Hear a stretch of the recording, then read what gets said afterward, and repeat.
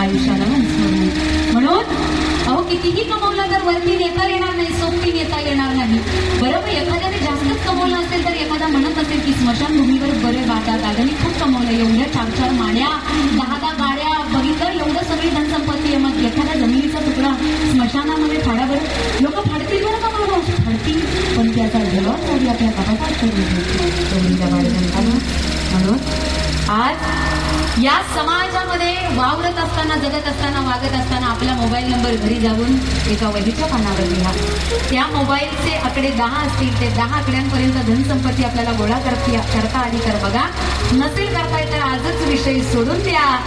आपलं काम करता करता प्रभूचं चिंतन करा, ते शाश्वत सत्य आहे, बाकी काही नाही. कारण संत कबीर काय म्हणतात पहा बरं, क्या भरोसा इस जिंदगी का, साथ देती नहीं किसी का. क्या भरोसा इस जिंदगी का, साथ देती नहीं किसी का. क्या लेकर आए थे, क्या लेकर जाएंगे हीरे मोती. जाते समय कफन को जेब नहीं होती, जाते समय कफन को जेब नहीं होती. खिसाच नाही ना कफनाला, नेणार कुठं.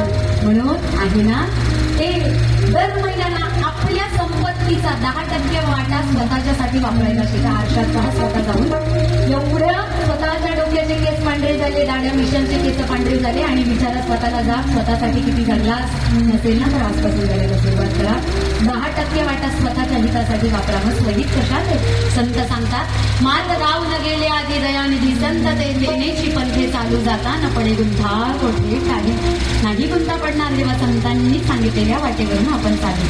10% वाटा म्हणजे कसं ग ताई, नटायचं खटायचं, हौस करायची, मौज करायची, कुटुंबामध्ये मुलांना संस्कार द्यायचे. दादा बाबा जिथे कुठे कामाला असेल ना, स्वतःसाठी खायचं प्यायचं, नांगराला फाल लावले, अरे बैल झुंपले, एवढा नांगर हाकवता येतो, दुपारी दिलेली भाकरी बाबाची कडक झाली, बाबाला भाकरी खायला वेळ नाही. इथं 8 तासाची ड्युटी 12 तासावर गेली, 12 तासाची 18 तासावर गेली, 18 तासाचं काम करता करता बाबाला खाण्यापिण्याचं भान नाही, अगदी पोटाची कातडी चिमली, बाबा म्हातारा झाला तरी समजत नाही आपल्यासाठी कधी जगायचं. म्हणून भगवंताचं चिंतन कधी शरीर सुदृढ राहील तर करू ना, म्हणून आपल्यासाठी आधी जगायला शिका, बाकी सगळं जण आपापल्या बरोबर करणार.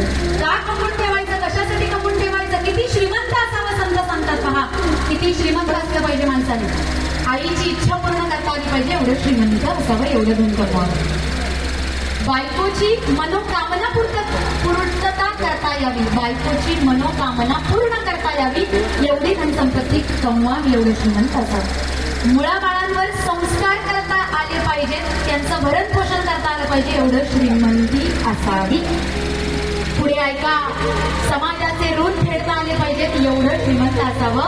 राष्ट्र निर्मितीच्या उभारणीला हातभार लावावा, एवढं श्रीमंत असावं. ज्याला गरज पडली त्याला देता आलं पाहिजे, देण्याची जाणीव या हाताने असावी, एवढी श्रीमंती असावी. या पलीकडे काय पाहिजे, खिसा नाहीये कपनाला, नाही तिकडं काहीच चालणार. संतांनी सांगितले हे कुणाच्या माथ्यातलं नाही बरं का. अधिकारानं मिळालेल्या नारदांच्या गादीवरून हा देह लहान तोंडी मोठा घास नाही, परंतु हे आमच्या तुकोबांच्या गाठ्यातलं आहे, हे कोणाच्या माथ्यातलं नाही. नेता काही येतच नाहीये, तर म्हणून जगताना भगवंताच्या अध्यात्माचा परामर्श घेऊन आपला प्रपंच झाला. अविजय बहिणाबाई अवय भाष्य करतात, किती सुंदर बरं. कापसा विना उमलत त्यास बोंड म्हणू नये, हरिनामाचा उच्चार नाही त्यास तोंड म्हणू नये. ज्यामध्ये भाव नाही त्यास भक्ती म्हणू नये, ज्यामध्ये चेव नाही त्यास शक्ती म्हणू नये. जिला स्वतःचा काना ओळखत नाही तीच माय म्हणू नये, जिला पाना फुटत नाही तीच गाय म्हणू नये. जी उपास पोटी निजवते